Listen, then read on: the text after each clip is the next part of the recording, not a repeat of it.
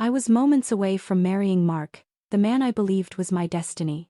But in front of hundreds, he publicly humiliated me, canceling the wedding to break my spirit. Little did he know, this act was the crucible that forged a new, cold, and calculated version of me. Driven by cinematic irony and a fate-driven twist, I systematically, silently and strategically dismantled every pillar of Mark's seemingly perfect life, utilizing his own arrogance against him. My quiet vengeance was a masterpiece of intelligence and timing, leading to a final, empowered victory where the true cost of betrayal was revealed. Texas. Everything here is big. The skies, the fortunes, the betrayal. And on that day, the silence. The kind of silence that swallows the roar of a 1,000-person wedding and leaves you alone in the echo chamber of your own certainty. I was wearing lace that had crossed oceans, standing under an arch of white roses that cost more than my first car. I was Jane, and I was exactly 1 minute away from being Mrs. Mark Dalton. I've often thought about what Mark saw when he looked at me in those final seconds. Did he see the girl who'd meticulously planned every detail, every white petal, every perfectly scripted vow? Or did he see the instrument of his ego? I suppose it was always the latter. He was the kind of man Texas loves, tall, built on inherited money and an undeniable, blinding charisma, a self-made myth built on his father's foundation. And I was the quiet strategist, the woman who handled the logistics of his world. I managed the charity galas, the property deals, the very timing of his life. I was the clockwork that kept the golden man running on schedule. He called me his anchor. Now I know he meant his jailer. My maid of honor, Clara, adjusted my veil. Her smile was too wide, a little manic. I missed the sign then. The over-eagerness, the slight tremor in her hands. We've all read the stories about the whispers, the red flags. They aren't flags, are they? They're threads, woven so finely into the fabric of your comfort that you don't realize they're actually a net until the moment you're caught. I looked out at the faces. Hundreds of them. The crème de la crème of Houston society. They weren't here for love. They were here for the union of two substantial fortunes, for the spectacle, and for the champagne. Every moment of this day was a performance, and I, Jane, was the star. Or so I believed. Mark was waiting. He looked magnificent, perfectly tailored, sunlight catching the expensive polish of his shoes. He gave a nod to the officiant, a tight, confident gesture. It wasn't a look of love. It was the look of a conqueror claiming his spoils. And that's when my blood turned to ice. Just as the organist struck the first chord, a cold gust of wind odd for a perfect Texas day swept through the arbor. It carried with it a scent, faint but undeniable. A scent that shouldn't have been there. It smelled exactly like Mark's cologne, mixed with cheap, synthetic jasmine, the kind Clara always wore. I dismissed it. Anxiety, I told myself. Wedding jitters, but the scent clung to the back of my throat like a premonition. The music was soaring now, the cue for the doors to be thrown open. My father, a man of silent strength and old Texas money, squeezed my arm. He whispered, "Go get him, Janie. You're worth every cent." A strange thing to say, but in our world it made perfect sense. Love was the engine, but money was the chassis. As I took my first step, a flash of movement caught my eye. On one of the reserved seats, his mother, the matriarch, was weeping. Not tears of joy. Tears of genuine, ragged distress. And Mark, facing the other way, missed it entirely. I realized then that the silence wasn't the absence of sound. It was the absence of truth. Everything was screaming, but only I had the terrible luck to be listening. The walk was endless. 50 yards of white carpet felt like 50 miles of quicksand. With every step, I wasn't moving toward the future. I was moving toward the inevitable. When I reached Mark, he didn't offer his hand. He didn't even smile. He simply leaned down, his mouth barely inches from my ear, and delivered his first calculated blow. He said, "You look beautiful, Jane. But remember, the most beautiful things are the easiest to destroy." I flinched. The crowd, sensing the small, private intimacy, smiled knowingly. The officiant began his prepared remarks about the sanctity of the union. The man who was about to be my husband had just threatened me, and I, already rehearsed in the art of public composure, simply nodded, my smile locked in place. I was a professional. He spent the next 5 minutes standing beside me, perfectly still, radiating confidence. But I was watching his hands. They were clasped too tightly, not with nervousness but with suppressed tension. He wasn't savoring the moment. He was savoring the plan. My mind raced, running back through the past few weeks. The late-night calls he didn't explain. The sudden, unnecessary trip to Dallas. The way he'd started leaving his phone face down, even when we were alone. I'd dismissed it all as wedding stress. Oh, the exquisite vanity of the soon-to-be bride. I remembered the moment I found the burner phone, tucked inside a golf bag he never used. I didn't unlock it. I didn't need to. The simple fact of its existence was enough. He'd never lied to me about the big things. He'd just built a parallel reality. The officiant asked, "Who gives this woman?" My father cleared his throat, but before he could speak the words of ownership, Mark shifted his weight, interrupting the sacred formality. I saw the flash in his eyes, the pure, cold exhilaration of a predator. He wasn't nervous. He was excited. He was about to do something monumental, something that would define him. Not as a husband but as a wrecker. I took a silent, anchoring breath. My focus narrowed. The crowd, the roses, the music, it all faded into a buzzing background hum. All that was left was Mark, his tailored suit, and the cruel anticipation dancing behind his eyes. He had orchestrated this moment. The perfect setting, the perfect audience, the perfect timing. He didn't want a quiet breakup. He wanted a spectacle. He wanted the narrative. He wanted to break me publicly. He wanted my humiliation to be his legend. He was looking at me, waiting for me to melt. To falter. To show a single tear. He expected a tragedy. He didn't realize he was looking at the woman who would write his final act. He thought he was about to end my story. He was actually just writing my magnificent, terrifying prologue. The air thickened. We stood there, two statues in the heart of Texas opulence, separated by a canyon that had just opened up between us. He was ready to pull the trigger. And I was ready to survive the blast. His lips curved into a smirk, so subtle only I could see it. He was about to speak. The ultimate public cruelty. I had mere seconds. I knew I couldn't stop him, but I could choose my reaction. I could choose my silence. I could choose my next move. The weapon was already in his hand. My weapon, my calm, was in mine. I looked him in the eye, and without changing the forced, bridal smile on my lips, I gave him a small, almost imperceptible nod. It was a silent, cold permission. Go ahead. I wanted him to commit fully. No half measures. Because the deeper the cut, the greater the justification for the coming retribution. He thought that nod meant submission. It meant I was ready to take notes. I just needed him to give me the leverage. I needed him to give me the script. The officiant began the vows. The moment of no return. Mark's chest rose and fell with a decisive breath. It was time. My heart didn't race. It turned to stone. He took the microphone from the startled officiant. It was a wireless, high-fidelity piece of equipment meant for the reading of a poem, not an execution. But Mark wanted his voice to carry. He wanted the reverberation. He looked past me, past the shock on my father's face, straight into the hundreds of eyes fixed on him. And he began. "Ladies and gentlemen," he said, his voice booming with false sincerity. "Please, allow me to interrupt this beautiful ceremony. Jane and I, we have something important to share." A hush fell over the crowd, heavier than any silence before. It was a crowd trained to listen to the powerful. He didn't look at me as he spoke the first, venomous words. He was addressing his audience. He was performing. "I'm sorry to do this, truly," he continued, the lie smooth as silk. "But I cannot, in good conscience, go through with this. I love Jane, I truly do. But this isn't about love anymore. It's about being honest about what's missing." A nervous ripple went through the seats. Whispers started, quickly shushed.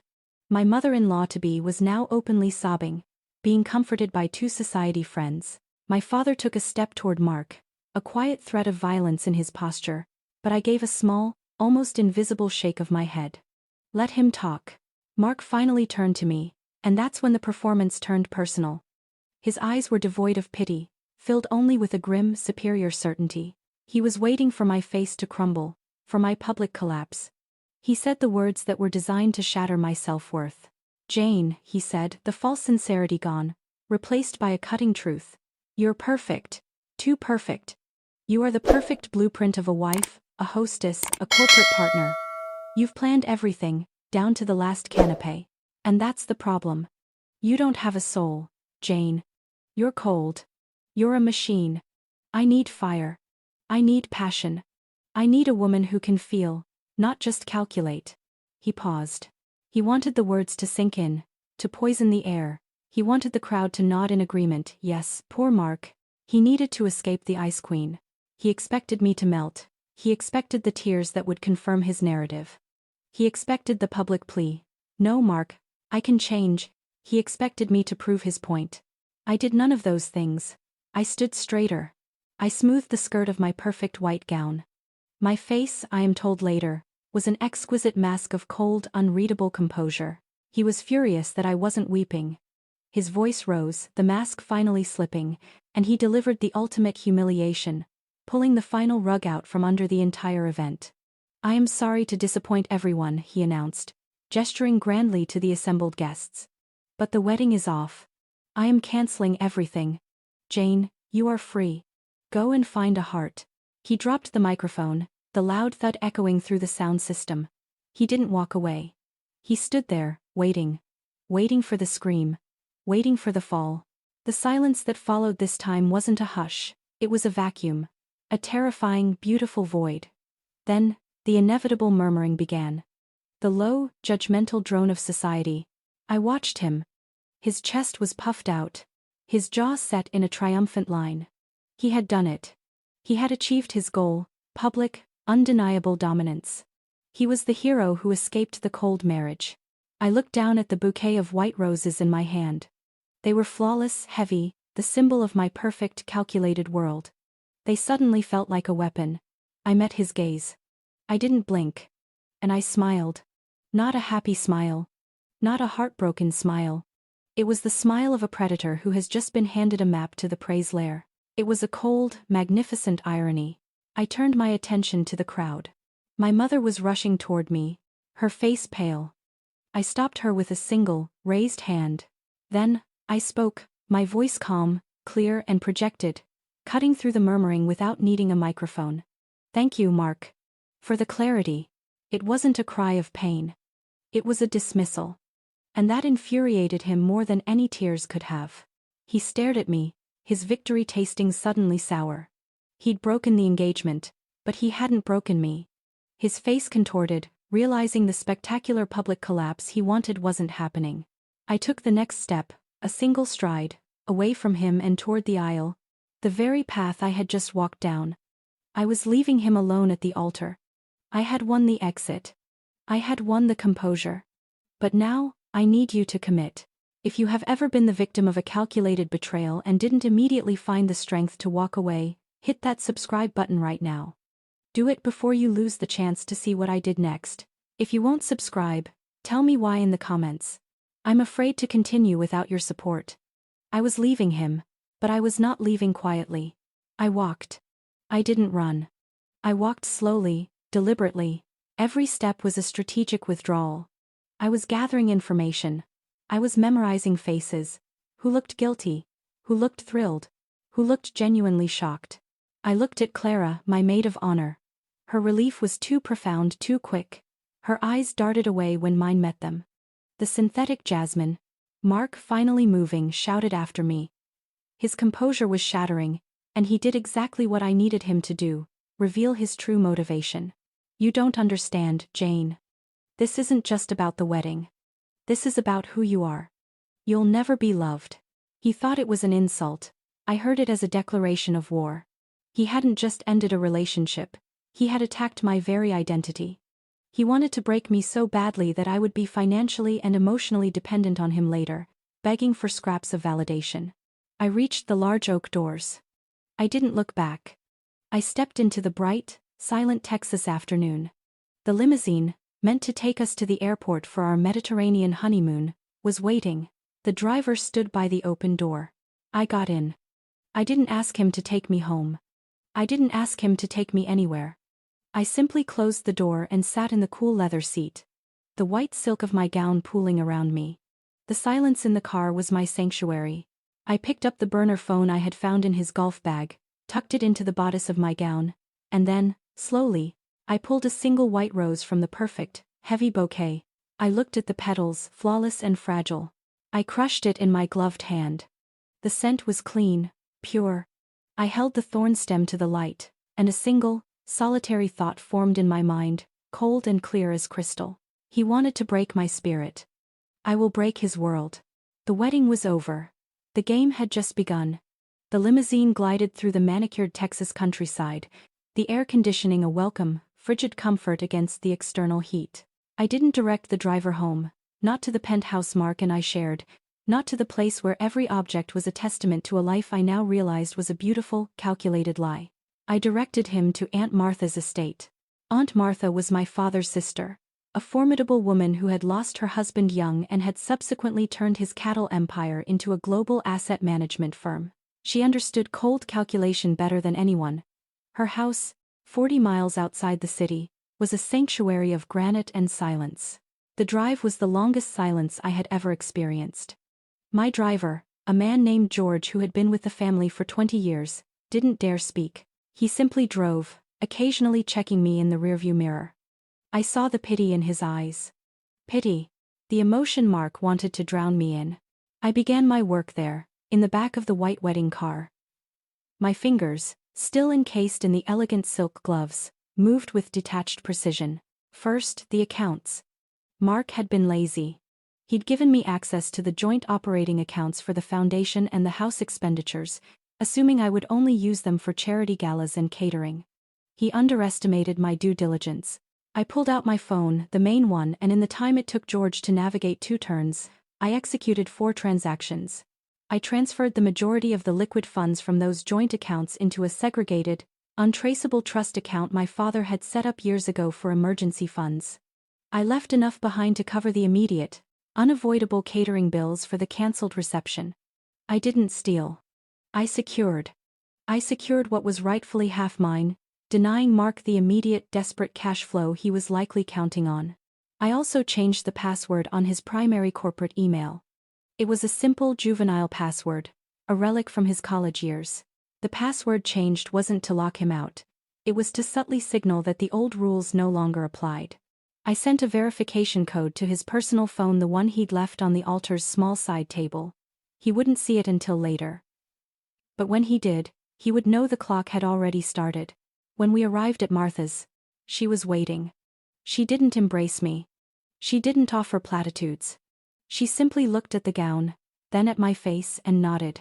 "Change into something practical, Jane," she said, her voice dry as the West Texas heat. "And then we drink good scotch. And then we think." I obeyed. I peeled off the perfect lace and silk, tossing the gown into the back of the closet like a discarded skin. The coldness I felt was immense, glorious. It wasn't the kind of cold that paralyzes. It was the cold that sharpens. I sat across from Aunt Martha an hour later, dressed in a black cashmere sweater and jeans. She poured me a neat glass of a single malt that burned its way down my throat. "Mark thought you would weep, Jane," she stated, not asking a question. I took a slow sip. My voice, when I spoke, was steady, surprisingly low. "He wanted to see me broken, Aunt Martha. He wanted the narrative of the shattered, rejected woman. He wanted my public collapse to be his moral justification." Aunt Martha smiled, a thin, approving line. "And you gave him nothing." "I gave him the first move," I corrected her. "And now I have the leverage." He miscalculated. He thought I was soft. He forgot that the iceberg is always bigger below the waterline. The rest of the evening was spent in silence, punctuated only by the clinking of ice. My mind, however, was a frantic, perfectly efficient switchboard. I logged onto financial news sites and society blogs. I was looking for the echo. The headlines confirmed my composure was the first spectacular win. They called me the Ice Queen who stood tall. They focused on Mark's reckless charisma versus Jane's unbreakable reserve. His spectacle backfired, making him look immature and impulsive.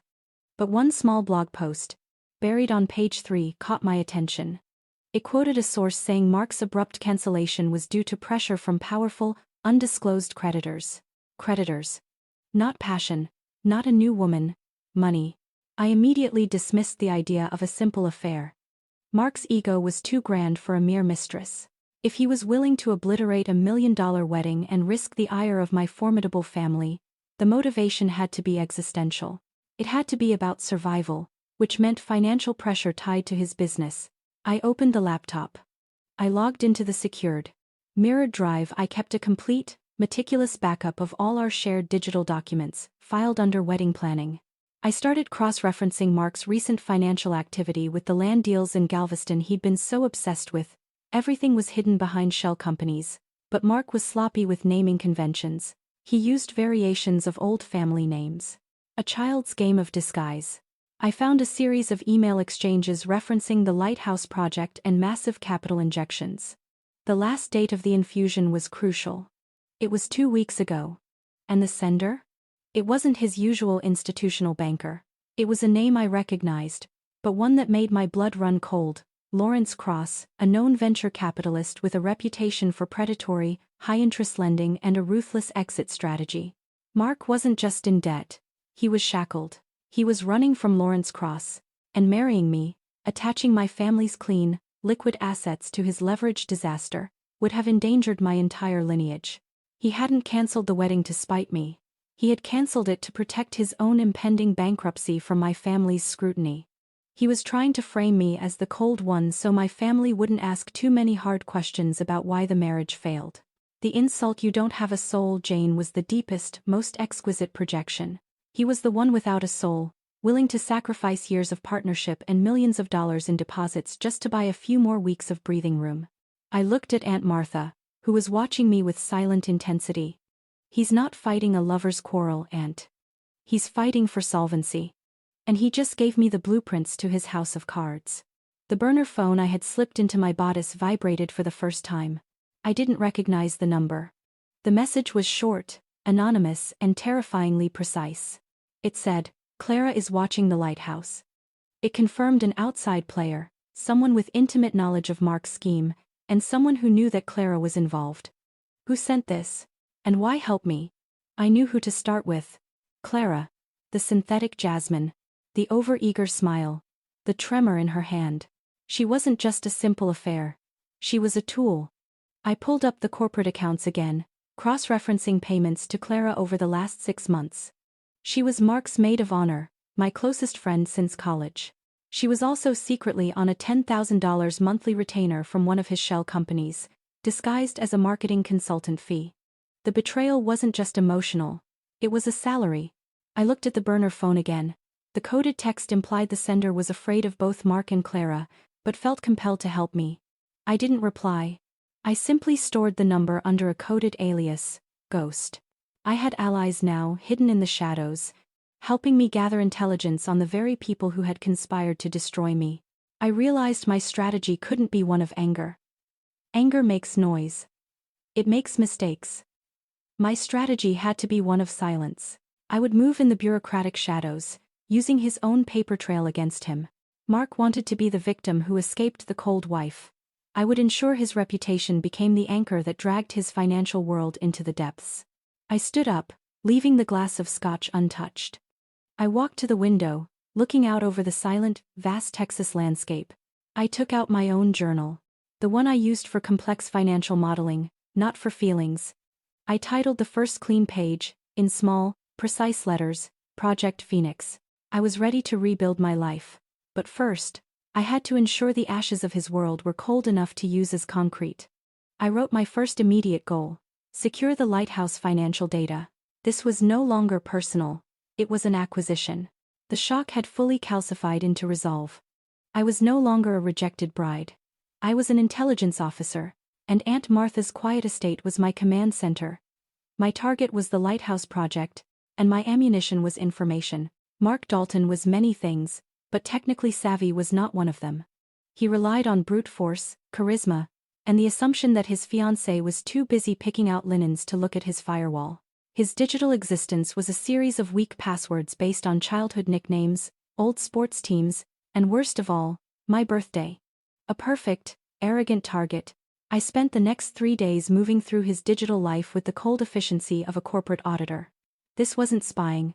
This was post-mortem due diligence. I described the process to Martha as inventorying the wreckage. I targeted 3 main areas: his personal encrypted chat server, where he conducted sensitive business, his private cloud storage where he kept scanned documents, and the accounting portal for his primary holding company, Dalton Development Group. In his private cloud under a folder labeled Taxes 2024, I found a subfolder labeled only O.A. Inside were the ledgers. Not the clean, polished ones prepared for his board, but the real ones, the shadow books. They were handwritten notes scanned into PDFs, detailing transactions in increments of $50,000 to $100,000 USD, funneled through 3 distinct offshore entities in the Cayman Islands and Cyprus. It wasn't simple tax evasion. It was massive, undisclosed debt. The lighthouse project wasn't his golden goose. It was his desperate, final gamble. The project required the immediate securing of a key municipal zoning permit to start construction. Without that permit by the agreed-upon deadline, all the predatory loans from Lawrence Cross would enter a default spiral, triggering massive penalty interest and immediate collateral seizure. He wasn't fighting for profit, he was fighting for his company's life.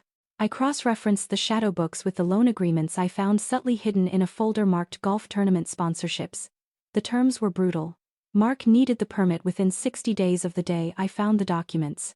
That meant the deadline was looming, barely 3 weeks away. He needed the lighthouse project permit to unlock the subsequent funding that would pay off Cross. My family's initial investment, which was to be finalized immediately after the wedding, was the crucial, final piece of the collateral puzzle. He intended to marry me, leverage my family's clean assets to secure the necessary extension, and then discard me once the funding was secured. The wedding wasn't a commitment. It was a collateral agreement. That's why he broke the engagement so publicly and violently. If we had married, and the scheme failed, my family's legal team would have torn his world apart to recoup their losses. By breaking me, by claiming I was the cold one, the problem he created a public narrative that preemptively discredited any future claims I might make. He wanted to ensure that if his company went under, he could claim the failure was due to the personal emotional instability that led to the breakup, keeping my family out of the subsequent financial mess. It wasn't just my money he wanted to save himself with. It was my reputation he wanted to spend to buy himself time. I felt a wave of self-vindication so profound it almost buckled my knees.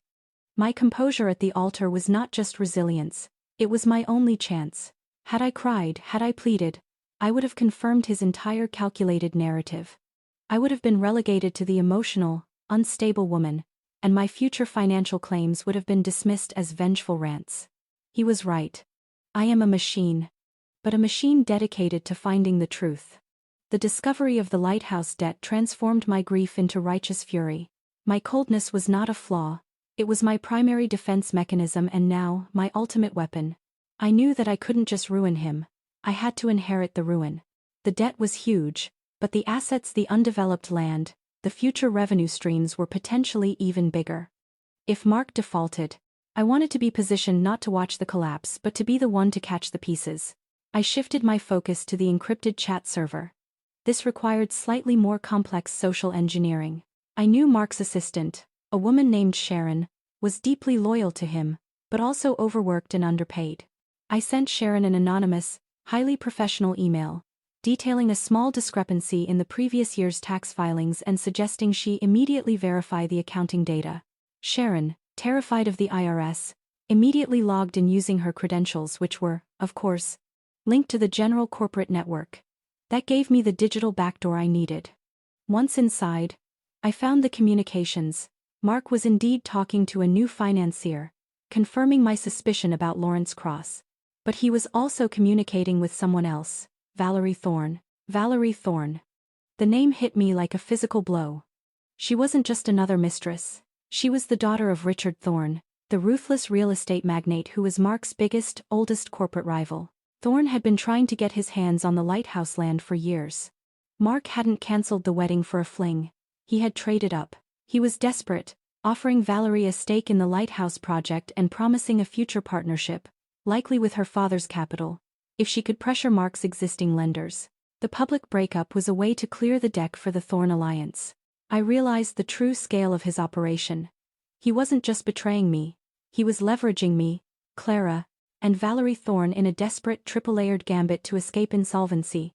He was a sinking ship throwing anything overboard, including the life raft he was already on. I looked at the data on Clara again. Her retainer, the secret emails, she wasn't just the other woman. She was the mole, providing Mark with details about my father's business moves, my own strategic thinking, and my emotional weak spots which she, and he, wrongly assumed were numerous. Clara had been selling me for a chance at Mark's glory. I closed the laptop. The Texas sun was setting, casting long, cold shadows across the granite floor. My objective was clear: disrupt the Thorn alliance, leverage the cross debt, and use Clara's betrayal to ensure the collapse is total. I needed the zoning permit to be denied.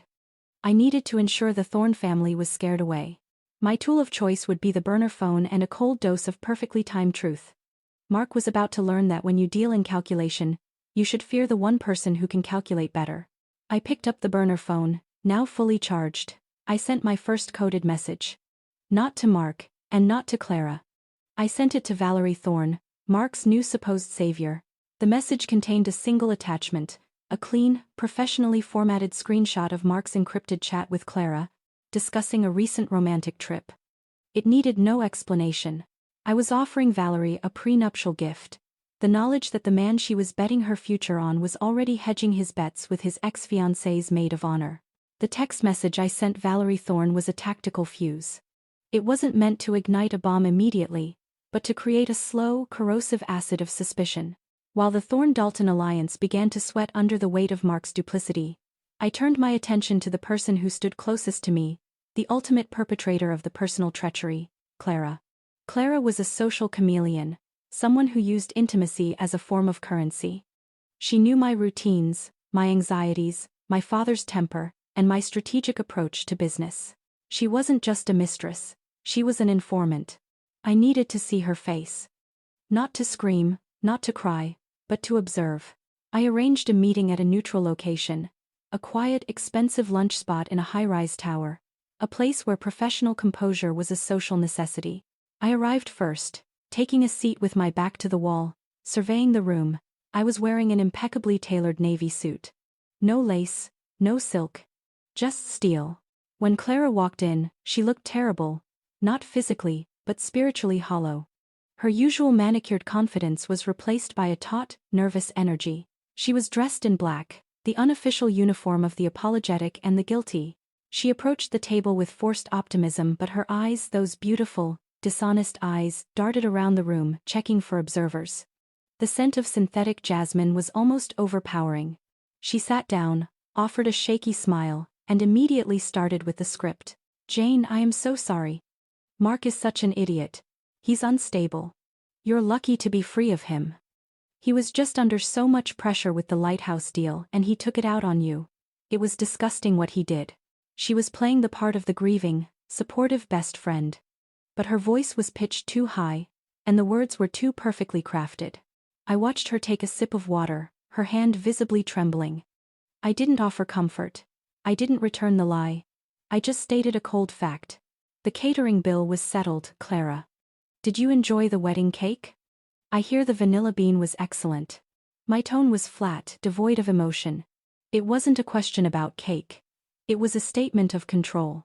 She realized immediately that I wasn't here for comfort.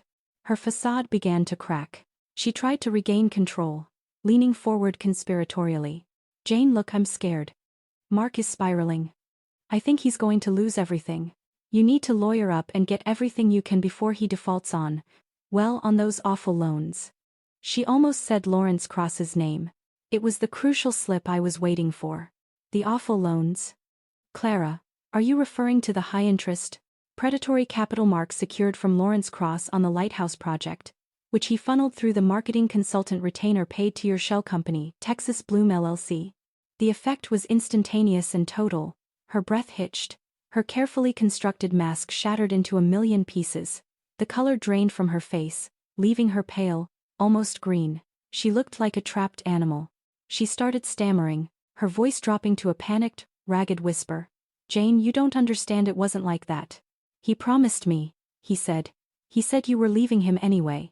He needed help to stabilize the company so we could build something together. A real partnership. A real partnership." She wanted what I had, the strategic mind, The place beside Mark's power. She thought I was too cold, too reserved to truly appreciate the fire of his ambition, so she decided to replace me.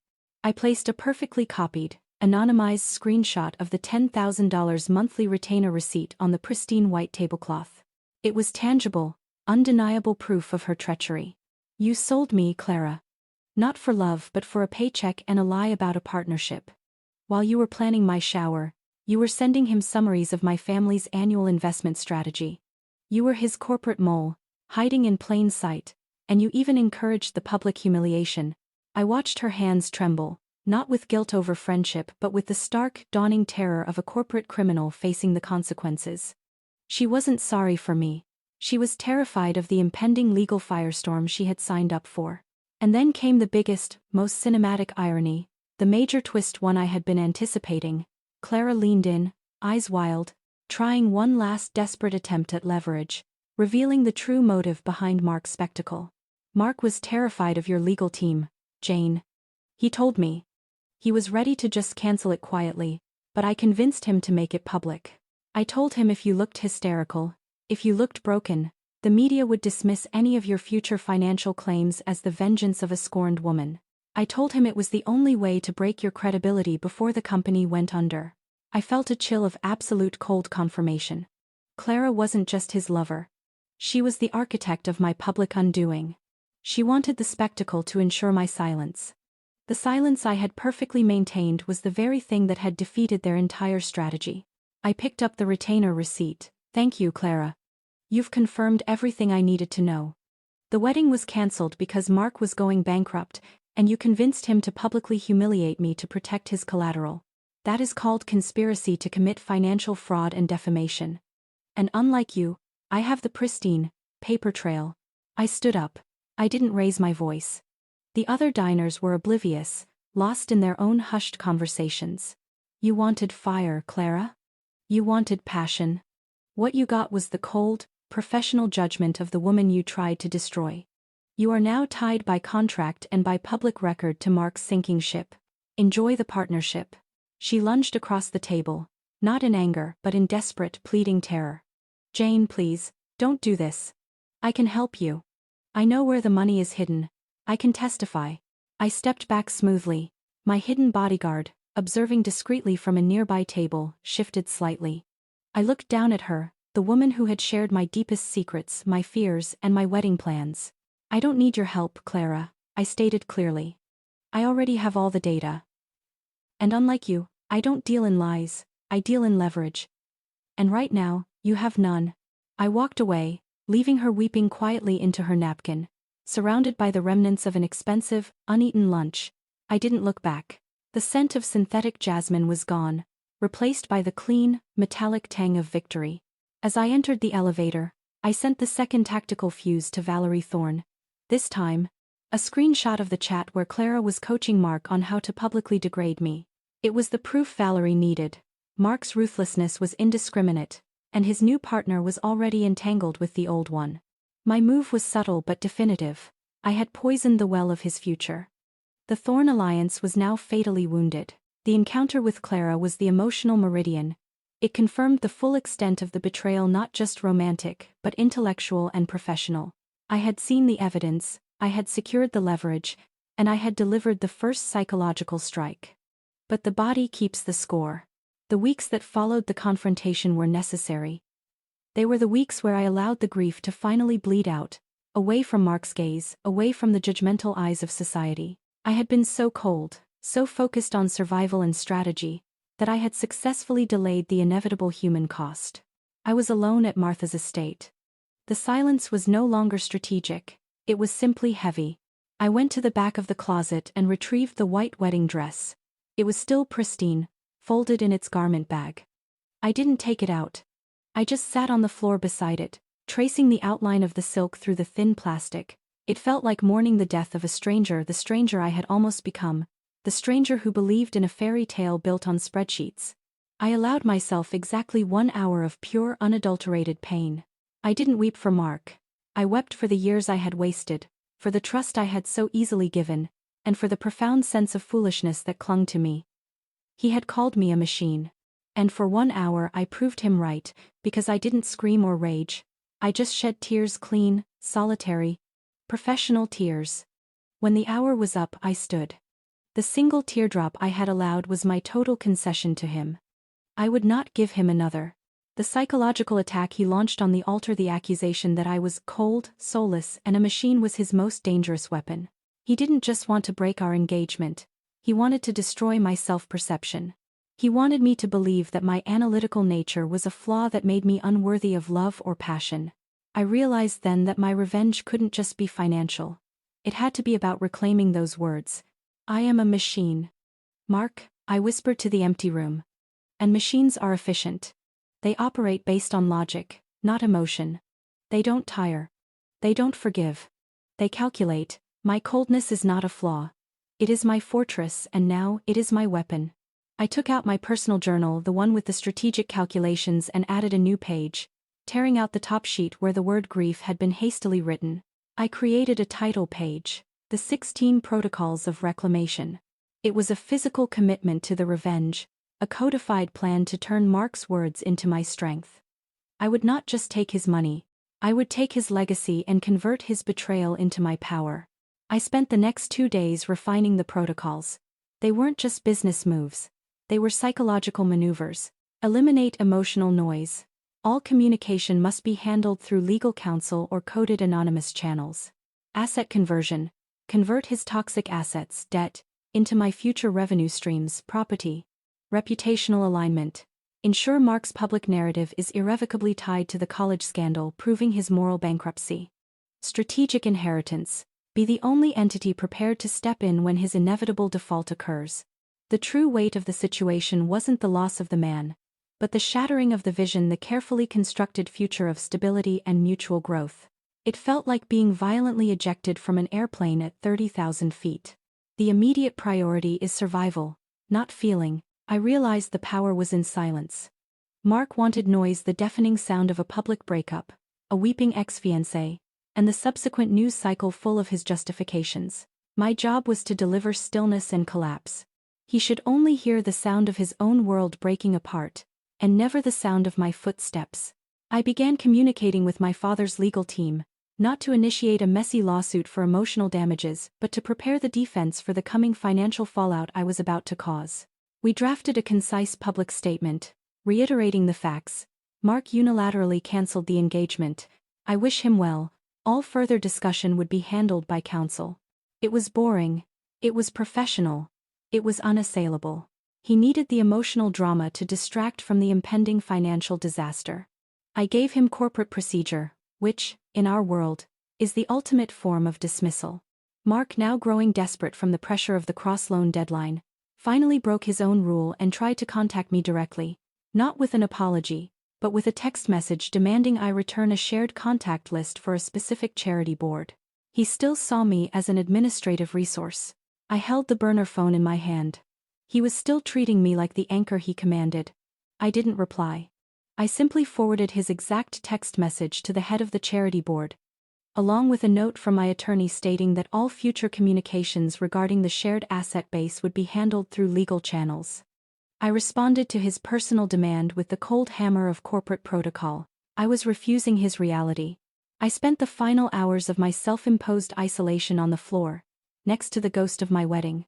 I looked at the burner phone, the symbol of his hidden life, now the instrument of my hidden war. I took a final, anchoring breath, letting the clean, heavy silence settle over me. The quiet despair was gone. It had been replaced by a singular, consuming purpose.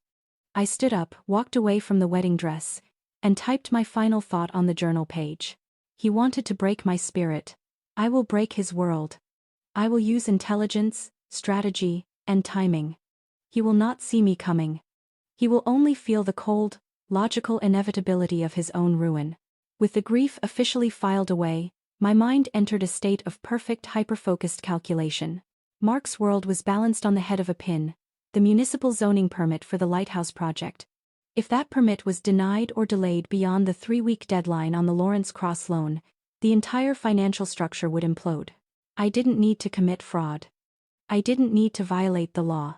I simply needed to expose the truth Mark had carelessly buried, and deliver it to the right person at the precise moment it would cause maximum damage. My first task was to understand the permit application inside and out. Mark's plans were public record, available through the City Planning Commission. They were hundreds of pages of engineering reports, environmental impact assessments, and projected traffic flow analyses. I had an advantage Mark never considered. I had personally managed the logistics for many of his successful charity galas, which meant I knew half the people on the City Planning Commission on a first-name basis. I knew their passions, their pet projects, and their professional weaknesses. Buried deep within the Environmental Impact Assessment, EIA, a section Mark had clearly rushed, I found it. A glaring oversight concerning the proposed relocation of a small, protected wetlands area near the bayou.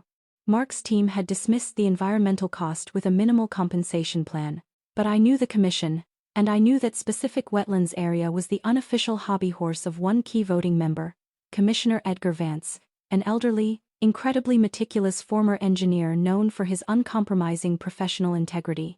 Commissioner Vance was Mark's weakness. Mark, in his arrogance, had dismissed Vance as an old, bureaucratic obstacle, once publicly mocking his sentimental attachment to stagnant water. A fatal error. I spent the next 48 hours creating a counter-dossier. Not a plea, not a threat, but a purely factual, professionally damning document. It detailed, using Mark's own figures from the EIA, how his relocation plan for the wetlands was not just insufficient but actually violated 3 obscure, rarely enforced local ordinances regarding soil stabilization and native species protection. I didn't mention Mark Dalton's name. I didn't mention the wedding. The dossier was titled simply, Review of Environmental Impact Assessment, Lighthouse Project, Ordinance Compliance Issues. I used the burner phone to send an anonymous, encrypted email containing the dossier directly to Commissioner Vance's secure, private email address, the one he used for his nonprofit environmental work. I timed the delivery for 4 a.m., giving him plenty of quiet time to review the technical data before the Commission's public hearing, which was scheduled for the following afternoon. I didn't need Vance to deny the permit outright. I just needed him to demand further review. In the world of high-stakes development finance, delay is indistinguishable from denial. A request for further review would halt the project, trigger the default clause on the cross loan, and start the countdown to Mark's collapse. Mark, in the meantime, was still fighting the ghost of the broken bride. He was sending desperate, high-handed emails to the commission head, promising large donation opportunities to the city's arts fund if the permit was fast-tracked. He was using charisma and money, the only tools he knew. My true weapon was patience, and the understanding that bureaucratic pride is often stronger than greed. Mark had offended Vance's professional identity. That was an unforgivable sin. The next day, I didn't attend the commission meeting. I watched the live stream from Aunt Martha's library. Mark was there, perfectly tailored, radiating false confidence. He spoke briefly, smoothly, about the exciting future the Lighthouse Project represented. Then, Commissioner Vance requested the floor. His voice was steady, meticulous, and devastating. He stated, calmly, that based on new information regarding specific compliance issues in the soil and water remediation plan, he could not, in good conscience, approve the project. He formally motioned for a minimum 30-day delay for a full, independent audit of the environmental data. Mark's face, captured in a tight close-up on the stream, went slack. He wasn't enraged. He was confused. He was looking around the room, searching for the enemy he could bribe, the rival he could blame. He blamed bureaucracy. He blamed incompetence. He didn't realize the silent assassin was his discarded fiancée, using his own shoddy paperwork. The motion passed unanimously.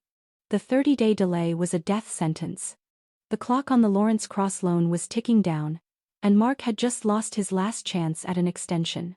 I allowed myself a small, internal sigh of satisfaction. He was fighting shadows, and I was pulling the strings of the bureaucracy he despised. But the Lighthouse Project was only the fuse. I needed to ensure that when it exploded, I was positioned to benefit. My second strategic move was financial. I used my legal standing to acquire small, seemingly unrelated shares in the mid-level investment bank that held a crucial portion of Mark's debt, not the cross debt, but a secondary, unsecured note. This was a slow, quiet accumulation. I didn't want control, only access. The shares were just enough to grant me a seat on the bank's minor risk and oversight committee. It was a small committee that met quarterly, but it had the specific fiduciary duty to review all loans entering default. By securing this seat, I ensured I would have the ultimate legal authority to vote against any bailout, extension, or restructuring of Mark's debt when the lighthouse default inevitably occurred. I would not just watch him fail. I would be the final vote that signed his foreclosure.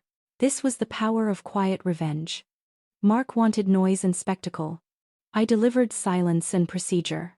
He thought he was escaping my influence. He was, in fact, walking directly into my meticulously planned corporate ambush.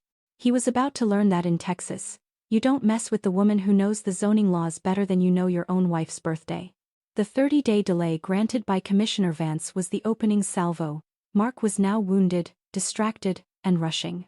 He had bought himself time with the public spectacle of the breakup, but I had used that very same time to tighten the noose of bureaucracy. The first domino had fallen, and Mark, in his arrogance, was too busy arguing with the city commission to notice the silent figure who had pushed it. I watched him. Not physically but through the digital windows of the city. He was everywhere. Frustrated op-eds in the financial papers blaming environmental hysteria, aggressive emails to his legal counsel, and public appearances where his flawless tailoring couldn't quite mask the widening fatigue around his eyes. He expected a rival. He expected a lawsuit. He expected a grand, messy battle he could win with noise. I gave him the quiet dread of process. My next move was subtle. Designed not to destroy, but to irritate and expose. I initiated the short-selling campaign on the small portions of Mark stock I had acquired. This was calculated not for profit, the shares were too insignificant, but for noise. I wanted to create a small inexplicable dip in Dalton Development Group's DDG valuation that would catch the attention of financial journalists. I instructed my brokerage firm to execute the sale in timed, small blocks over 3 days. The effect was immediate. DDG stock didn't crash, it merely wobbled. That wobble, however, triggered automated alerts from market analysts looking for unexplained volatility. A mid-level financial reporter, who specializes in tracking high-net-worth real estate liquidity, published a small piece questioning the unforeseen instability of DDG following the spectacularly controversial cancelled wedding. The story subtly hinted that perhaps the cancellation was due to financial, not emotional, pressure. Mark was furious. He wasted an entire afternoon tracking down the journalist, issuing threats, and demanding a retraction. He confirmed the story's importance by giving it his time. This small act of public distraction confirmed Mark's inability to prioritize. He should have been focused on restructuring the cross loan. Instead, he was fighting a petty media battle over a stock drop I engineered. This was my quiet triumph, forcing the predator to chase mice. I was teaching him the cost of his own public cruelty. My focus shifted to the second phase of the ambush, securing my position in the investment bank. The paperwork for the seat on the Risk and Oversight Committee sailed through quietly. No one connected the name Jane Hayes, my maiden name, which I still used professionally in some circles, to the Jane of the cancelled wedding spectacle. To them, I was just a meticulous new shareholder demanding accountability. The committee's charter was to assess the risk of all loans nearing default. Mark's secondary, unsecured note was precisely what they discussed. During my first committee meeting, I received the internal report on the financial health of the Dalton Development Group. The numbers were worse than I had estimated. The cross-loans default clause, triggered by the zoning delay, was creating a ripple effect, choking Mark's cash flow. The unsecured note held by our bank was now categorized as high risk, impending default. I sat there, Jane Hayes, calmly reviewing the financial autopsy of the man who had called me soulless. My face betrayed nothing. He once told me I could never be passionate. He never understood that ruthless competence is the truest form of passion. I was passionately devoted to logic, to procedure, and to seeing the truth of his downfall executed with surgical precision. I raised a question in the meeting, professionally cold, about the bank's policy on asset protection when an owner's personal volatility threatens corporate stability. Again, I didn't mention Mark. I spoke in hypotheticals. The committee members, nervous about the market wobble I had already helped create, agreed to enforce the maximum penalty possible upon default.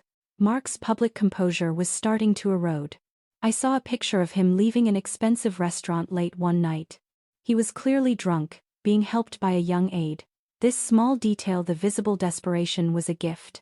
I used the burner phone to send him a cryptic text, designed to erode his confidence completely. The text message was a quote from a novel we had read together, an obscure passage about a tragic hero who is undone by the flaw he most proudly cultivates. The text read, "The gods first make mad those they would destroy." It was a deliberate, psychological attack. It let him know that someone who knew his intimate history, someone who knew his arrogance, was watching his every move.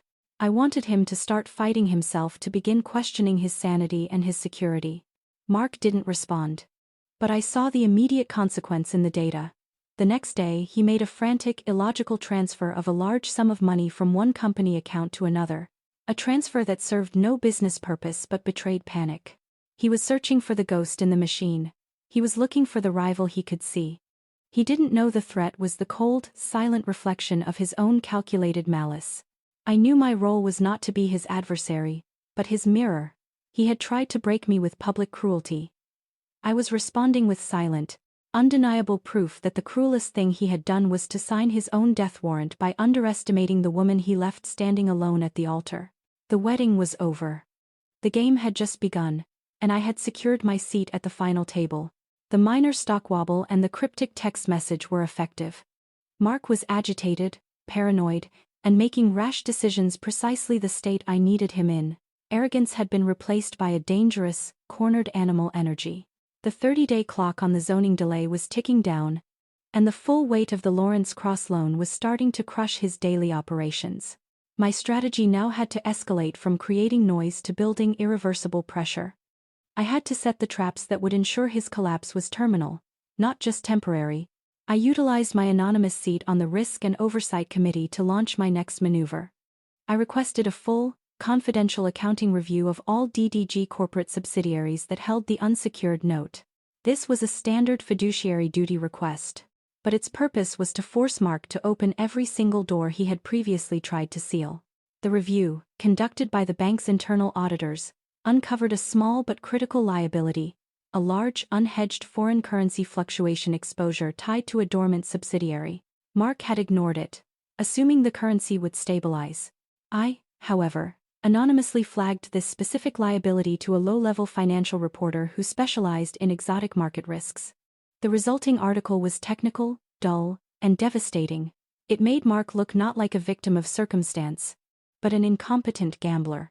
The exposure was minor in the grand scheme, but it was enough to spook the smaller investors, the ones Mark needed to maintain public confidence. The story spread among niche financial forums, creating a perception that Mark's empire was built on shaky, poorly managed international debt. This move achieved two goals. It further eroded his credibility, and it confirmed to the bank's committee that maximum penalty was justified, as Mark was demonstrably failing in his duty to manage risk. I was using their professionalism against him. Meanwhile, the second piece of the trap, the Poison-Thorn alliance, was also ripening. Valerie Thorn, the corporate rival's daughter, was now deeply suspicious of Mark thanks to my anonymous text messages exposing his entanglement with Clara. I knew she wouldn't leave him yet. The lighthouse project was too tempting, but I needed to test their alliance, to see how deep the trust went. I used the burner phone to send Valerie a follow-up, more nuanced message. This time, it wasn't about Clara. It was about the lighthouse project itself. The message was a simple, professional warning. The foundation for the lighthouse is contaminated. Check the soil reports before you commit capital. I didn't need her to believe me completely. I just needed her to demand independent verification of the environmental reports from Mark. This request, coming from a potential new savior, would be seen by Mark as a betrayal, forcing him into a defensive crouch that would alienate his last potential source of rescue capital. Mark's response to Valerie's inevitable questioning was exactly what I predicted. Arrogance fueled by panic. He didn't provide new reports. He accused Valerie of trying to steal the deal, thereby torching the only lifeline he had left. He thought he was playing hardball. He was playing directly into my hand. The Thorn alliance collapsed, not through my direct attack but through Mark's inability to manage trust under pressure. He once called me a perfectionist without a soul. But he failed because he was a reckless idealist who believed charisma could override arithmetic.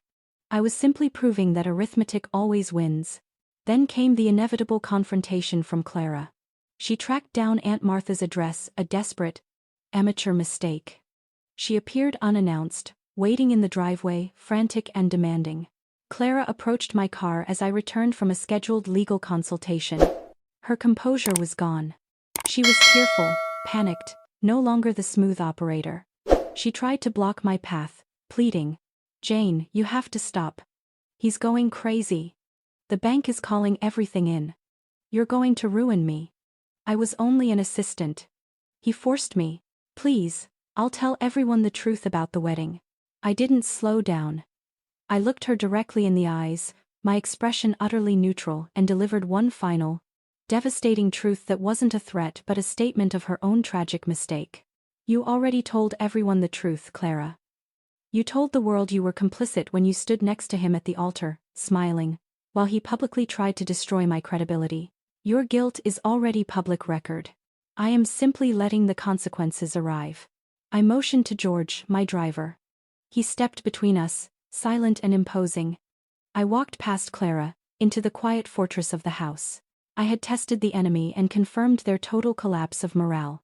Clara was now useless, a panicked liability who would only further drag Mark down. I checked the financial news one last time before retiring. The headline was small but satisfying: DDG scrambles to meet unscheduled loan audit. The unscheduled audit, of course, was demanded by the Risk and Oversight Committee, my committee.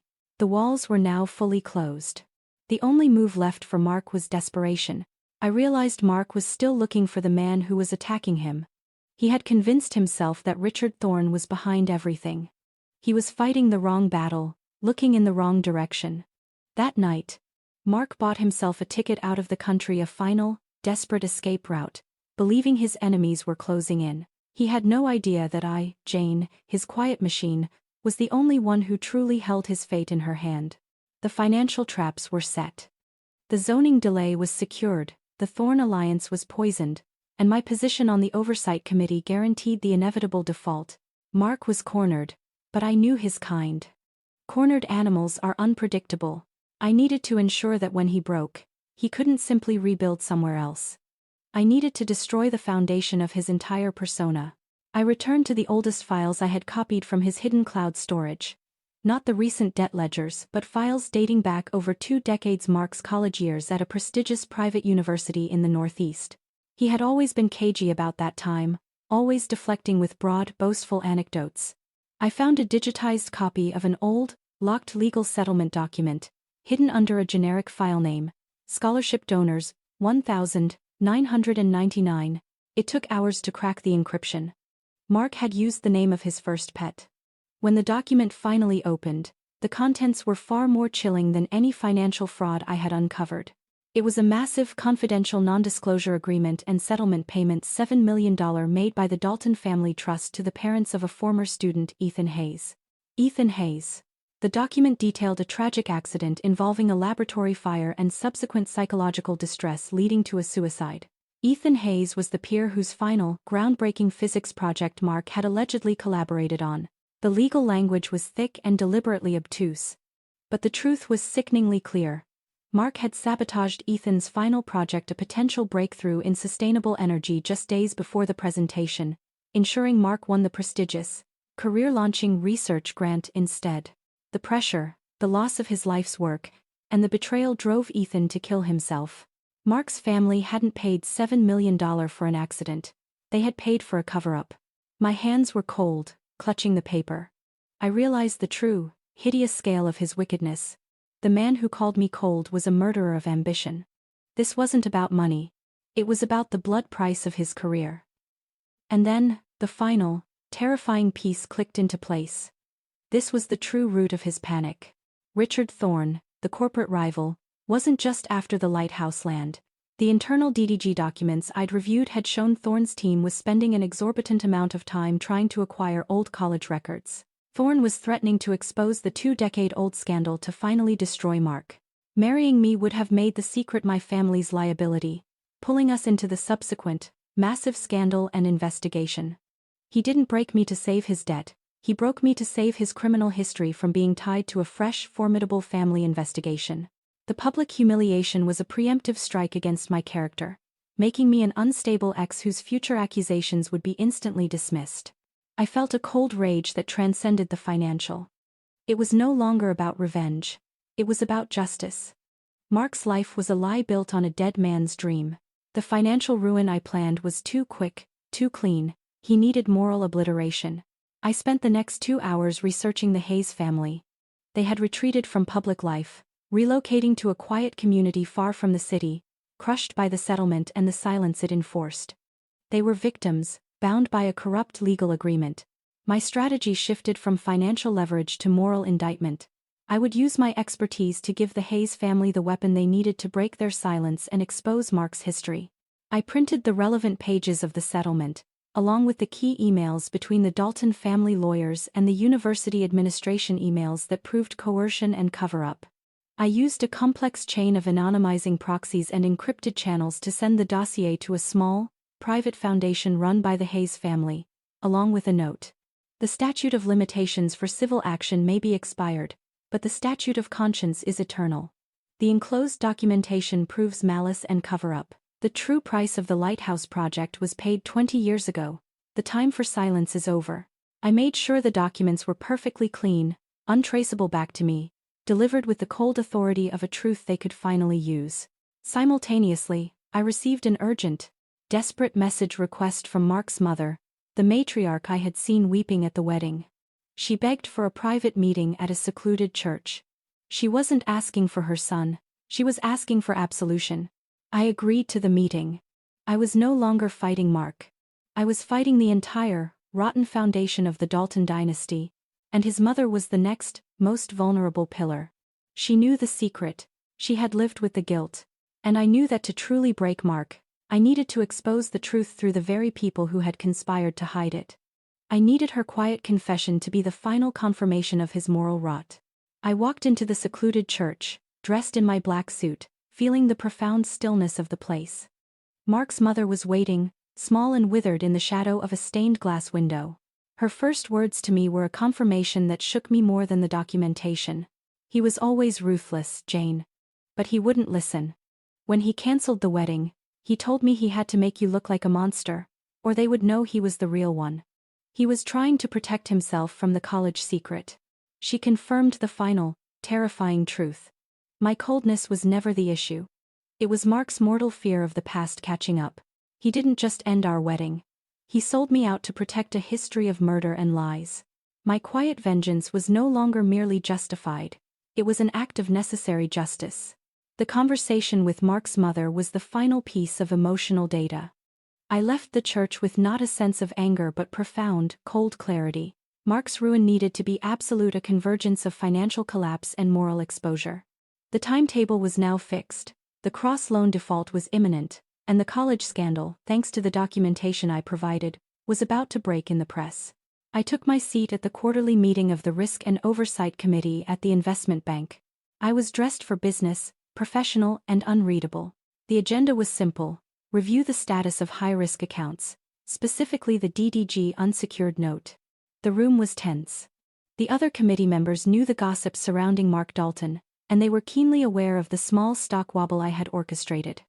They were ready to act decisively to protect the bank's capital. The lead analyst presented the report. The Lighthouse project's indefinite delay had triggered default interest on the Lawrence Cross loan, immediately rendering the DDG unsecured note, the note held by our bank, in violation of its covenants. Mark's company was hemorrhaging cash, and the account was in the red. The recommendation was clear: demand immediate repayment or seize collateral. The bank's policy stipulated a vote on a 7-day grace period for repayment. The chairman looked around the table. When the vote came to me, I spoke, my voice devoid of emotion, focused entirely on fiduciary responsibility. Given the documented governance failures, the high probability of bankruptcy, and the public uncertainty surrounding the ownership's personal solvency, extending a grace period would be a gross negligence of our duty to the shareholders. I vote no. My vote was the final, decisive nail. It tipped the scales. The motion failed. Immediate repayment was demanded. I was the one who signed the formal, legal order for the seizure of the first major collateral asset, Mark's commercial headquarters building. I was the executioner, And my weapon was the bank's own lending protocol. Just as I sealed the document, the silence of the committee room was broken by a frantic phone call, not mine, but the chairman's. He stepped out briefly, returning pale and shaken. The major investigative journalist I had discreetly channeled information to, the one who received the college scandal files, had just dropped his story online.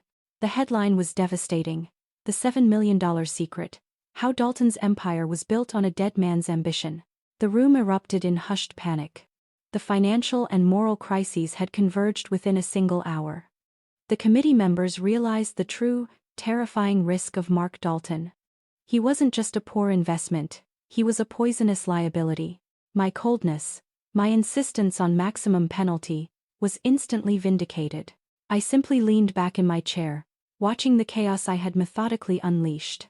The financial press went into a frenzy, reporting the loan default just minutes after the moral scandal broke. The collapse was no longer a possibility, it was a certainty. I checked the news feed on my phone. The story was everywhere. The documents I had provided to the Hayes family were pristine, undeniable proof of a 2-decade-long cover-up. Mark's public image, his carefully constructed persona of the charismatic, self-made Texas Titan, evaporated under the weight of the moral indictment. He wanted to frame me as a monster to save himself from his past crimes. Now, the world was seeing the true monster, and realizing that my coldness was the only honest thing left in his life. The domino effect was brutal and beautiful in its precision. Lawrence Cross, seeing the moral collapse and the official default, immediately moved to seize the primary lighthouse collateral, the massive tracts of Galveston land. Mark's entire operation became toxic overnight. No bank, no investor, and certainly no member of polite society would touch him. I walked out of the committee meeting, the scent of fear and printer ink hanging in the air. I looked at the alerts flashing on my phone. DDG assets frozen. CEO Mark Dalton unavailable for comment. As I reached the elevator, Mark's own private jet, which he had bragged about securing as his escape route, was grounded and seized by a separate, aggressive creditor. The escape route was blocked. I felt a wave of profound, cold exhilaration. This was not the quick, messy divorce he planned. This was a meticulous, strategic execution. He wanted a public spectacle, and I delivered one of biblical proportions, a spectacle that confirmed his lack of a soul, not mine. I paused at the doors of the bank, took one final look at the headlines confirming his double implosion, and quietly hailed a cab. I had done what I set out to do. I had not cried. I had calculated, and I had won the first, crucial battle. The next phase was dealing with the rubble. The hours following the financial and moral bomb drops were a beautiful, terrifying blur of cascading consequences. Mark wanted a spectacle? He got the Texas wedding massacre. The news was no longer reporting on a cancelled wedding. It was reporting on the collapse of a dynasty built on fraud and the death of a gifted student 20 years prior. The domino effect was instantaneous. The simultaneous exposure of his financial insolvency and his moral turpitude created a feedback loop of destruction. No one could claim ignorance. No one could claim it was just a tough quarter. Mark's primary financial backers, the ones who had publicly supported him after the wedding breakup, now issued immediate harsh statements distancing themselves. The silence of the society crowd that had witnessed the wedding humiliation was now replaced by a loud, judgmental clamor. I watched the public opinion shift in real time. The same tabloids that had once framed me as the cold, unfeeling woman were now praising my composure, framing it as prescient strength and unbreakable integrity. They speculated that I must have known the rot at his core. I didn't correct them. I let the narrative cement. Mark was the charismatic facade hiding a villain. Jane was the quiet professional who saw the danger and walked away. My father, initially hurt and confused by the public breakup, finally understood the cold, calculated war I was fighting. He contacted me, not to ask about the scandal, but to offer his full, silent legal support. He recognized that I hadn't acted out of petty revenge, but out of necessity and brilliant strategy. He ordered his legal team to aggressively leverage Mark's own public breaking of the engagement. Since Mr. Dalton unilaterally cancelled the marriage with malice, Jane is due the maximum compensation for emotional duress and prenuptial investment compensation that will, ironically, be paid out of the remnants of his frozen assets, further starving his ability to fight back. He had tried to use the breakup to save his money. I was using the breakup to strip him of everything else. The irony was exquisite. The most immediate and satisfying consequence was the fate of Clara. She had played the corporate spy for a promised partnership. Now, the bank's internal audit, which I had initiated, uncovered her role in shuffling funds. She was arrested not for the main fraud but for the minor, careless, provable financial conspiracy tied to the Texas Bloom LLC retainer. She was dragged into the mess she had helped create, reduced from Mark's intended partner to his convicted accessory. I didn't lift a finger to prosecute her, but I certainly didn't stop the evidence I had secured from being used. Her public denial of Mark was immediately contradicted by leaked, documented evidence of her deep involvement in his schemes. She thought she was escaping the cold machine and winning fire. She only found a jail cell built by her own greed. Mark, in the meantime, was spiraling. His communications, briefly accessible through the network vulnerability I had created, showed a panicked, manic defense. He wasn't responding to the college scandal. He was trying to blame Lawrence Cross for predatory lending and arguing with his own family, who were furious he had endangered their name. He was fighting everyone but me. I, Jane, remained a ghost. He was convinced Richard Thorne was the mastermind. The great irony was that Thorne was now simply an opportunistic observer, watching Mark self-destruct. Mark's final, desperate attempt at damage control was a series of frantic emails to old society friends, begging them to sign a public letter of support, framing the college incident as youthful indiscretion. The response was deafening silence. The fear of association with his moral collapse was too great. The very social structure he had relied upon to make his public humiliation of me effective had now turned into the cold, impenetrable wall that sealed his fate. He was utterly alone. My quiet action was the strategic reversal of Mark's public cruelty. He had used the spotlight to break me. I used the shadows to ensure that when his light went out, the only thing remaining was the stench of his 20-year-old crime. I made one calculated, final public move. I formally announced the launch of my new, private investment firm, Jane Hayes Group. The firm's charter stated a clear focus on ethical, long-term asset management and a commitment to transparency. The announcement ran on the same pages reporting Mark's imminent bankruptcy. It was a subtle, elegant power move. While Mark was reduced to rubble, I was already laying the foundation for my new empire. I realized then that the Ice Queen moniker was my shield and my crown. Mark had intended it as an insult. I wore it as the uniform of integrity. I had risen above him through intelligence, strategy, and impeccable timing. The wedding was cancelled, but my own life, my own power, had just begun. The only thing left was the final, quiet confrontation to ensure he knew exactly who had broken him. The financial and moral destruction of Mark Dalton was complete, confirmed by headlines and freezing orders. His company was in receivership, his reputation was toxic, and his jet was grounded. He was reduced to the bare, desperate essentials of a ruined man. I needed to see him. Not for closure, but for witness. He needed to know the architect of his ruin wasn't some faceless corporate rival but the woman he had discarded and publicly humiliated. I located him easily. He was staying in the foreclosed commercial headquarters building the very asset I had quietly voted to seize days earlier. He hadn't left. He was hiding in the desolate husk of his former power, surrounded by empty desks and the smell of defeat. I arranged the meeting through a secondary, untraceable legal channel, simply signing the request as the creditor. He agreed immediately, expecting a bank lawyer, or perhaps Lawrence Cross. He expected a transaction. I walked into the building alone, though George, my driver and silent security, waited discreetly downstairs. The lobby was stripped bare, echoing. Mark was waiting in his old cavernous corner office. The expensive art was gone. The furniture was covered in dust sheets. He was sitting on a single, worn leather chair, unshaven, disheveled, wearing a cheap, rumpled suit. The gold was gone. He looked simply tired. He didn't recognize me at first, standing in the doorway, framed by the dust motes dancing in the last rays of the Texas sun. I was dressed in the tailored black suit, the uniform of professional finality. He squinted, his voice hoarse. "Who are you? The bank sent a woman?" I walked forward slowly, placing my leather briefcase on the dusty, empty desk. I opened it and pulled out a single item, the burner phone, the instrument of his torment and my silence. "Hello, Mark," I said, my voice low, clear, and perfectly steady. "The bank sent the only creditor who matters." Recognition dawned on him, slowly, painfully. His eyes widened, first in disbelief, Then in a flash of raw, desperate denial, he stood up, his chair scraping loudly on the bare floor. Jane? No. You can't be. This is Richard Thorne. This is Cross. You're just a scapegoat. You were weeping. You're not smart enough for this. He was ranting, throwing out the accusations he had practiced against his true rivals. I waited. I let him exhaust himself with his own noise, confirming his total inability to grasp my intellect. I was his mirror, and he couldn't stand the reflection.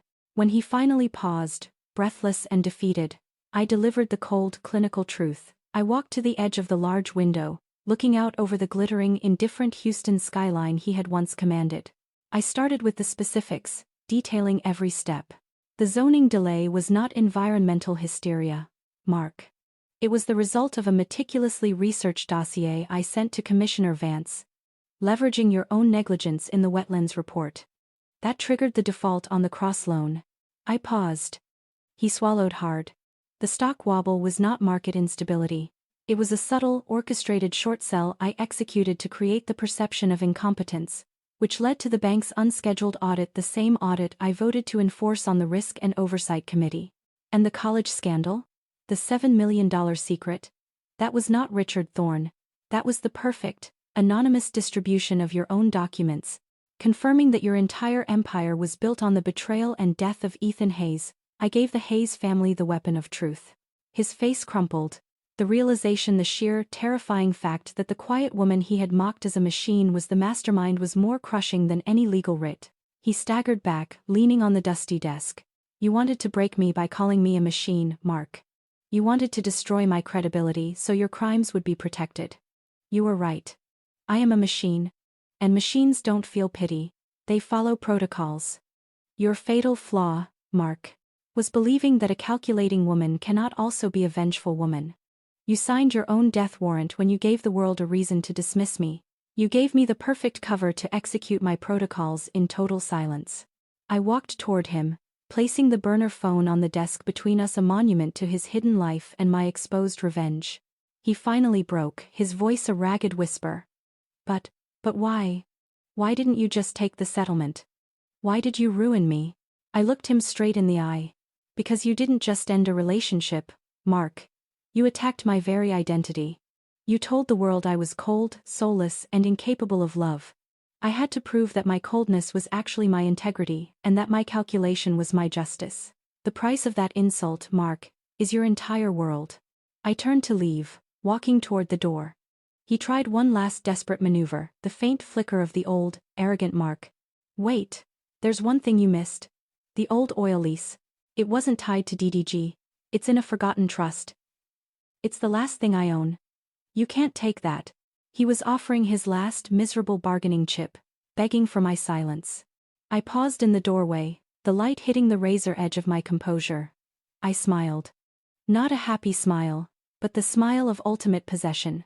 The old oil lease? I asked, my voice dangerously soft. The one you forgot about? Oh, Mark. That asset was quietly transferred to an acquisition holding company 6 months ago. Before the wedding. It was a perfect, separate investment. And that holding company is named Hayes Acquisitions. The realization crushed him. His final hope, his last piece of collateral, belonged to the discarded bride. You thought you were breaking me on the altar. You were merely transferring the final, hidden asset into my portfolio. Goodbye, Mark. I stepped into the echoing hallway, leaving him alone in the dust-sheeted office, the silence of his total ruin the only witness. The silence that followed my exit from Mark's ruined office was absolute.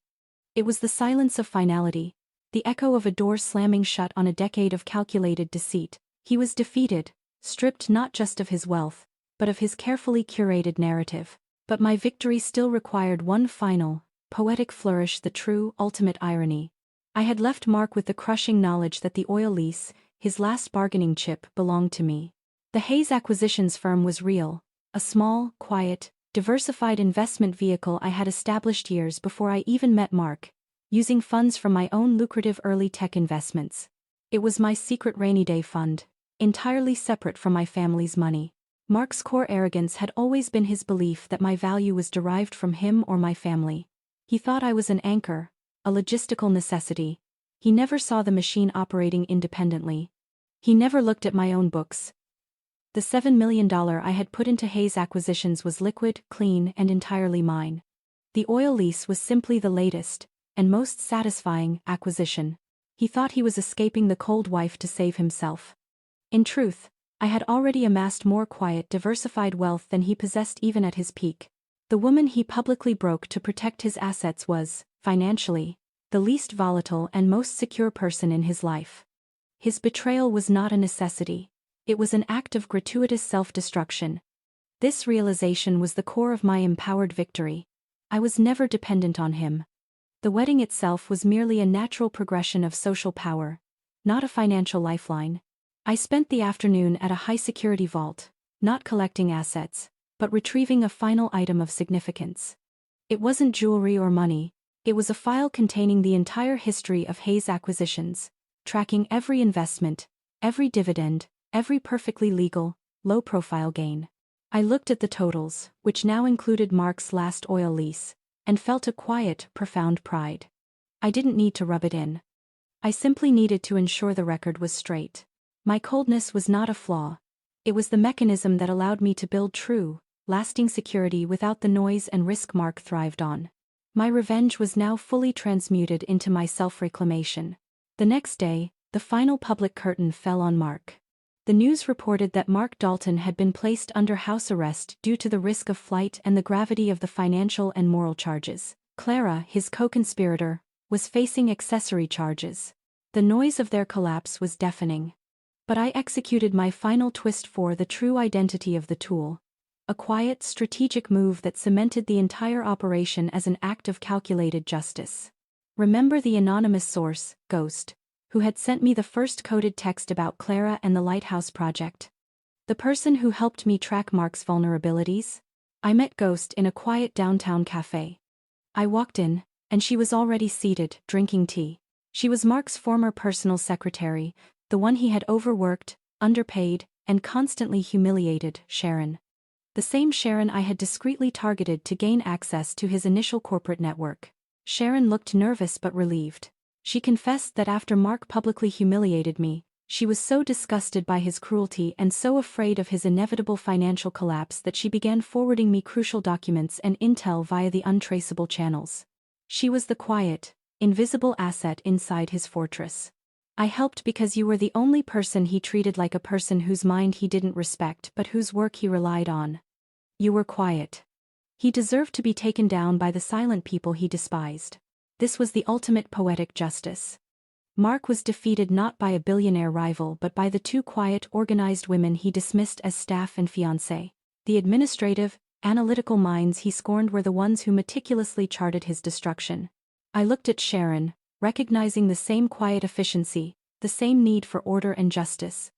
I handed her a perfectly sealed envelope, containing a generous, untraceable check not for payment, but for a consultancy fee for her recent invaluable data analysis. I offered her something more valuable, a job. A position as my chief of staff at the newly formed Jane Hayes Group. A place where her meticulous efficiency would be rewarded, not scorned. She accepted, her eyes shining with relief and respect, not pity. This was the core of my final, climactic shift, reclaiming the tools of organization and intellect. Mark used people as leverage. I used their skills with respect. I was not just escaping his world, I was building a better one. I had turned my perceived weakness, my cold, calculated nature into the engine of my new, empowered empire. The noise of Mark's collapse faded quickly. Society, ever eager for the next spectacle, had already moved on. The Dalton name became synonymous with scandal, and Mark himself was relegated to the dusty files of Texas history, a cautionary tale of hubris and hidden debt. 6 months had passed since the final confrontation in the empty office. My work began in the silence of the aftermath. It wasn't about celebrating ruin, it was about building. I leveraged the seizure of Mark's commercial headquarters, the very building I had voted to foreclose on. I purchased the property through the Jane Hayes Group, JHG, at a substantial discount from the bank, which was eager to unload the toxic asset. This wasn't just a smart business move. It was a powerful statement of dominance and reclamation. I renovated the building, stripping away the ostentatious marble and replacing it with clean, modern design, a metaphor for replacing Mark's false exterior with genuine, foundational strength. I established the headquarters of the Jane Hayes Group in Mark's old corner office. It was a deliberate, quiet triumph. I kept the desk, but replaced every other item. I sat in his old chair, no longer Jane the victim, but Jane the owner. The office, once a symbol of his corrupt power, was now the engine of my ethical, efficient empire.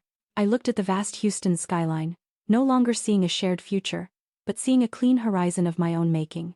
My core philosophy was simple: transparency and integrity, the antithesis of the Dalton way. JHG focused on ethical, long-term asset management, attracting investors who were fleeing the chaos Mark created. I didn't need to hunt for clients. My reputation, the Ice Queen who stood tall, did the work for me. My coldness, once his insult, was now my brand. It signaled stability, lack of emotional risk, and meticulous due diligence.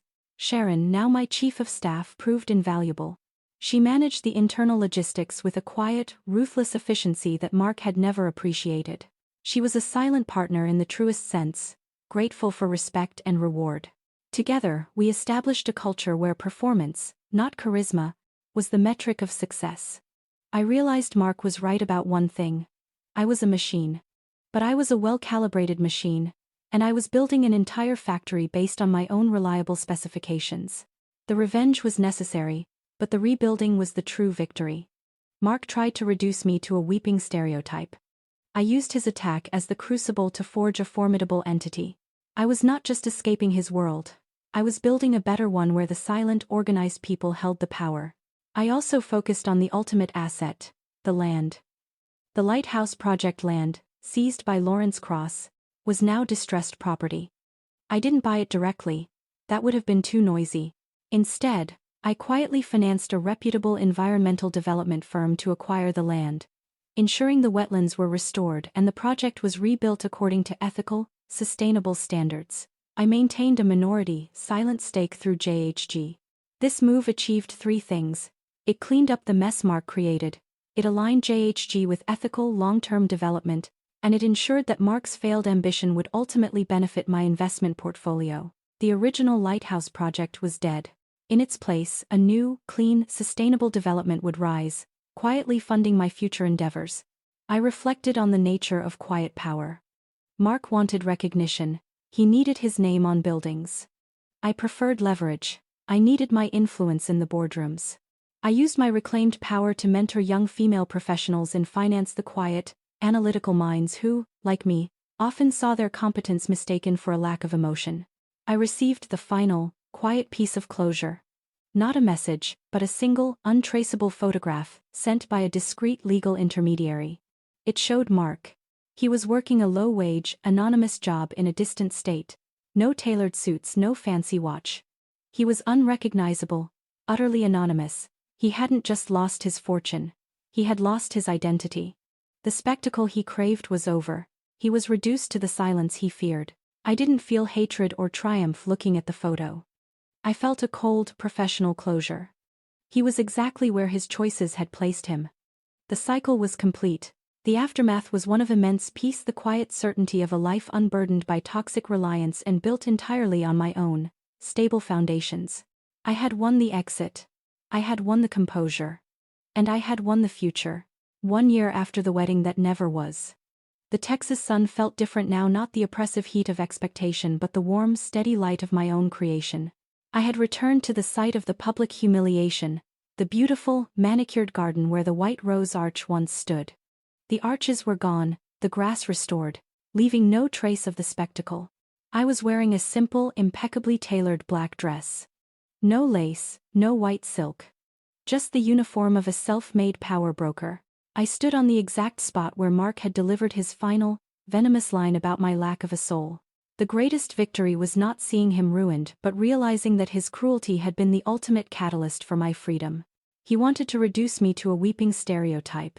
Instead, he gifted me the clarity to recognize that my most powerful assets were the ones he despised: my meticulous planning, my cold logic, and my ability to operate in silence. I looked down at the ground. There were no ghosts here, only potential. Mark's noise, his need for applause, had been his flaw. My silence was my competitive advantage. I realized that the true function of revenge isn't happiness. It's reclaiming the narrative and reasserting agency.